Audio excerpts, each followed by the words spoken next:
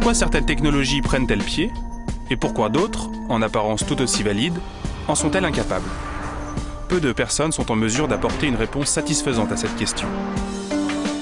La version officielle de l'histoire du Betamax, qui circule parmi les amateurs de technologie, peut être résumée plus ou moins ainsi.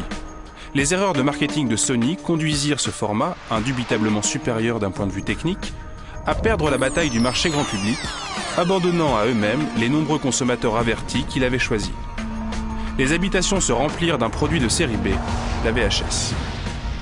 L'histoire du bêta et de la VHS serait donc la preuve que les processus d'innovation n'obéissent pas à un mécanisme comparable à celui que nous associons communément avec l'idée de sélection naturelle qui épargne les meilleurs et élimine sans pitié les accidents de parcours.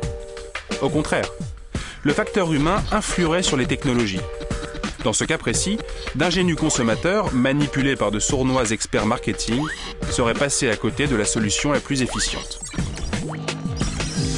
Si vous vivez en Occident et que vous avez plus de 20 ans, on vous aura annoncé 1000 fois la venue imminente de la voiture électrique. Les projections pour un monde de l'après-pétrole se concentrent aujourd'hui sur l'emploi de l'hydrogène comme combustible, en admettant qu'il soit possible de résoudre les grands problèmes que pose son utilisation. Même si nous y réussissons, il s'agira d'une technologie entièrement neuve et non de la suite du chapitre de l'histoire de la voiture électrique, telle que nous l'avons racontée jusqu'ici. La voiture électrique se rattache à une philosophie complètement différente, des batteries chimiques et des prises pour les recharger. Cette voiture électrique est restée une promesse non tenue, sauf sur les terrains de golf, où elle transporte, irremplaçable, des messieurs fortunés en casquette et gilets sans manches.